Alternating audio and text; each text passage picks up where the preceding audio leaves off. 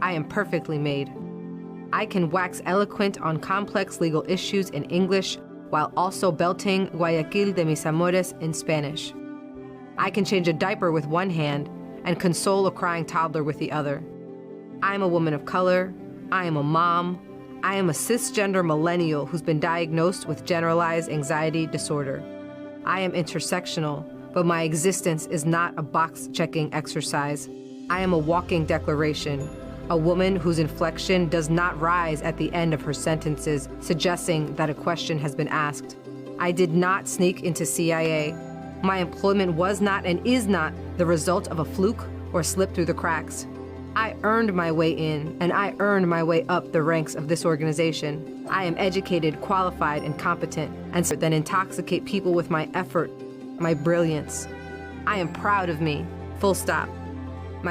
Wow, yes, that is an official video from a secretive, covert government spying agency known as the CIA that has a reputation for assassinating democratically elected leaders, overthrowing elections, torturing people, working on mind control, and manipulating the mainstream media for the political purposes of the special interests.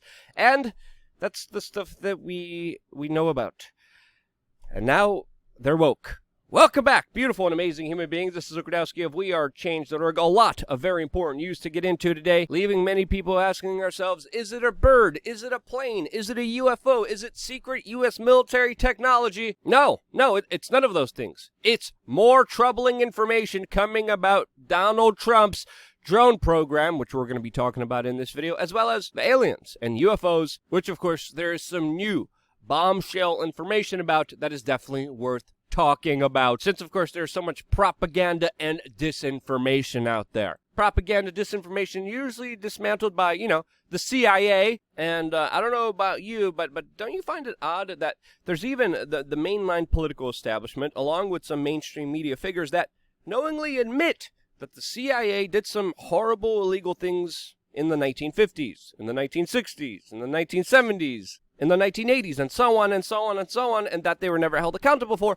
But now, in our modern day and age, there's absolutely no reason not to mistrust the CIA. And knowing their background, knowing their history, their recent venture into current day culture should definitely be questioned, whether it's promoting Black Panther or now ridiculously overdosing woke talking points, trying to recruit cisgender women of color who fight the patriarchy, have been diagnosed with generalized anxiety disorder, are intersectional, who's also an immigrant, and woman, if you didn't know about this, a Latino woman, this is all just very bizarre, especially with the larger egocentric message from an organization that previously smuggled crack into poor urban communities in the United States, while helping establish the war on drugs that has created an untold amount of human suffering. A war on drugs that, of course, will be now expanding to menthol cigarettes and flavored blunts, which the FDA just officially announced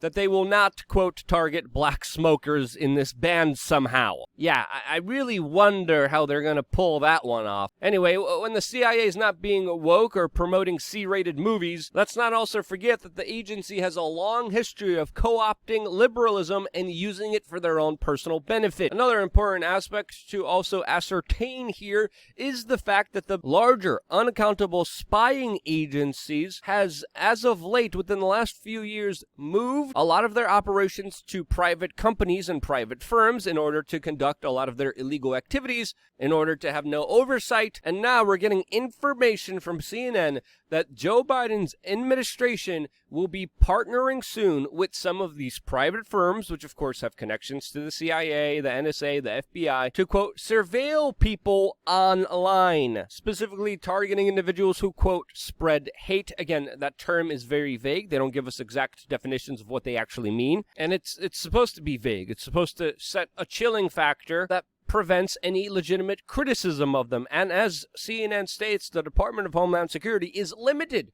to how it can monitor citizens without justification. And now private intelligence agencies a part of the multinational corporate globalist control grid, could do that without any oversight, transparency, or accountability. So they're literally moving outside of the law, outside of the Constitution, outside of due process, outside of the legal measures that the government can do in order to set up their own private quasi-Gestapo state. A, quote, legal workaround, according to CNN, which of course will create a situation that is ripe for misuse. And these private intelligence agencies that are really actual government intelligence agencies shouldn't have more carte blanche to be able to do whatever the hell they want to do. Now, another thing to consider here, that this latest promotion of woke culture by Goldman Sachs, Walmart, Amazon, and now the CIA do promote an agenda that helps divide and conquer people, does create a lot of chaos, sow division, and promote idiotic policies like this latest decision from the Red Sox that decided to end their direct donations to a Little League because this is not, again, a made-up headline, because the Little League helps boys. I kid you not, the Red Sox are ending their support of a Little League because there's too many boys in the Little League. And helping out boys or standing up for men, well, you know, that's a big no-no in the woke agenda that the CIA is pushing and attacking anyone calling out. And in related news for being attacked for speaking the truth, don't forget to support us on wearechange.org/donate, whether it's physical mail, checking out some of the products and companies we work with, ways to support us without any money, Venmo, Cash App, cryptocurrencies, and of course, also LukeUncensored.com, which in my opinion is one of the best and easiest ways to help us out and also grow our own independent media platform where we can say whatever we want. And we do. I've been doing a lot of research since yesterday on a video specifically made only for LukeUncensored.com, as we're going to be talking about the latest news article from NBC News that is talking about the gaps in unexpected side effects when it comes to a medical procedure that the establishment wants you to take. Again, a lot of things I want to say here, especially the latest commentary from the Chinese Communist Party mocking India, some interesting data from Gallup. Again, all of it, LukeUncensored.com. After I'm done with this video, we are going to be getting into it right after this, so don't forget to check your email so you could log in and see the exclusive video that is only made for members. Right now, it's at a very low price, but with the way that inflation is going, I'm going to be raising the price in a few days, so get it now at the low rate while you still can. Now, very interestingly, the domestic counterpart to the CIA, which is supposed to be international, but is also now domestic and is becoming more and more political, is also following suit under the Biden administration that has recently dropped charges for rioters and people who attacked federal buildings in Portland, but is, according to many political scholars, very heavily handed, going after the people who participated in the January 6th riot on, of course, the U.S. Capitol, as perfectly exemplified by this latest poster that's being put out by the FBI's official Twitter account asking for the whereabouts of this lady, which Michael Tracy had a very interesting comment in regards to, saying, quote, "Don't know how anyone can sleep at night with this terrifying threat roaming the streets." Now, while one political group gets the book thrown at them, the other political group that does almost very similar events gets their charges dropped, or they even get paid by the state, as this latest announcement from the city of Washington, D.C. that decided that it will pay $1.6 million to settle lawsuits from the protesters and rioters at Trump's 2017 inauguration. Now, there's a lot of things you could talk about legally here. There's a lot of things you could discuss when it comes to police conduct. I don't want to get into any of it, but I think it's pretty clear that we are getting closer to, of course, a two-tier justice system that promotes one ideology and prosecutes another. We're also learning of an FBI raid on an Alaska woman who they're trying to pin on stealing Nancy Pelosi's laptop. People are saying that this is a clear, obvious kind of mistaken identity. Still hasn't stopped the FBI from raiding people's property in the middle of the morning. And what is Donald Trump doing in regards to all of this, with his supporters being lambasted, attacked, put in solitary confinement?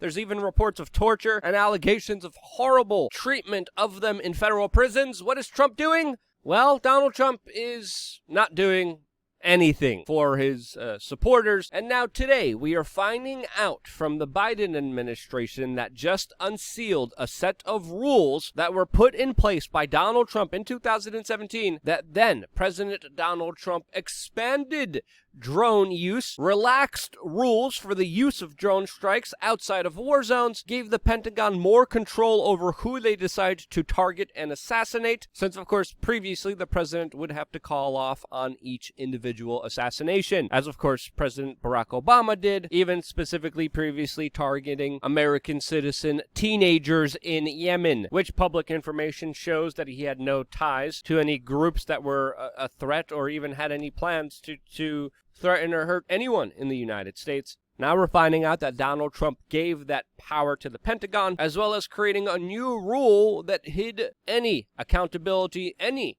transparency surrounding these drone strikes. We knew there was a large number of civilian casualties under Obama's drone strikes, but we still don't know the full number and the full ramifications of Donald Trump's drone war. That, of course, he hid from the general public. And if it's not drones in the sky that you got to worry about, it's aliens and UFOs, as of course there was recently a provision snuck into the budget of the U.S. government that demanded federal agencies release important information regarding UFOs.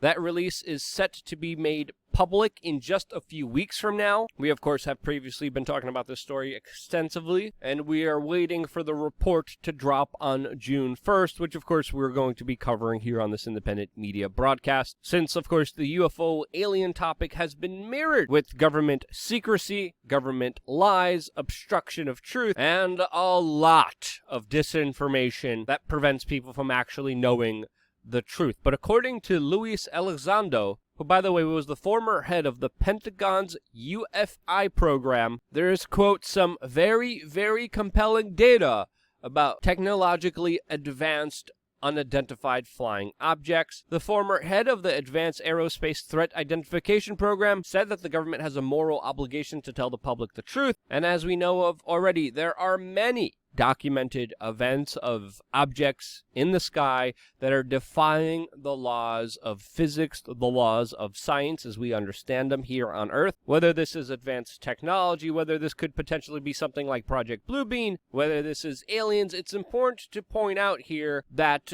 there still isn't a clear answer on any of those hypotheses, and that we are still waiting for the government to come clean about what they actually know, what they've seen, what they experienced, what they worked on. And because of the government secrecy here, we don't know the larger question if we're alone on this experience that all of us are going through. And that's a very important question. That's a question that, of course, is on a lot of people's mind. Are we the only life form here? The former head of the Pentagon's secret UFI program said that a lot of this could, quote, constitute an intelligence failure on the level of the events that happened in New York City on September 2001. But we have to understand here, these intelligence agencies usually like to play up the fact that they're incompetent, and in some instances they are, but we also have to understand that this could be a part of a larger psyop to, of course, obscure any potential wrongdoing or even advanced technology that they're trying to keep away from foreign adversaries. And until we actually have some actual accountability, until we actually start asking some serious legitimate questions and demanding the answers to them, we, of course, will have a runaway, unaccountable government that will be abusing its powers to the detriment of the general public by, of course, keeping important information away from you. And that's some bull crap. I don't agree with that. And if you don't agree with that, share this video with your friends, family members. If you have a sibling, this is today's homework assignment. Send this video to your least favorite sibling right now. Family's important. It's important to talk to your family. There's a reason. There's a big agenda against the family unit, but that's a whole nother story. Send this video to your least favorite sibling, and because you do, I am still here, and without you, I wouldn't, and this is why I love you guys. Stay tuned for more here on WeAreChange.org.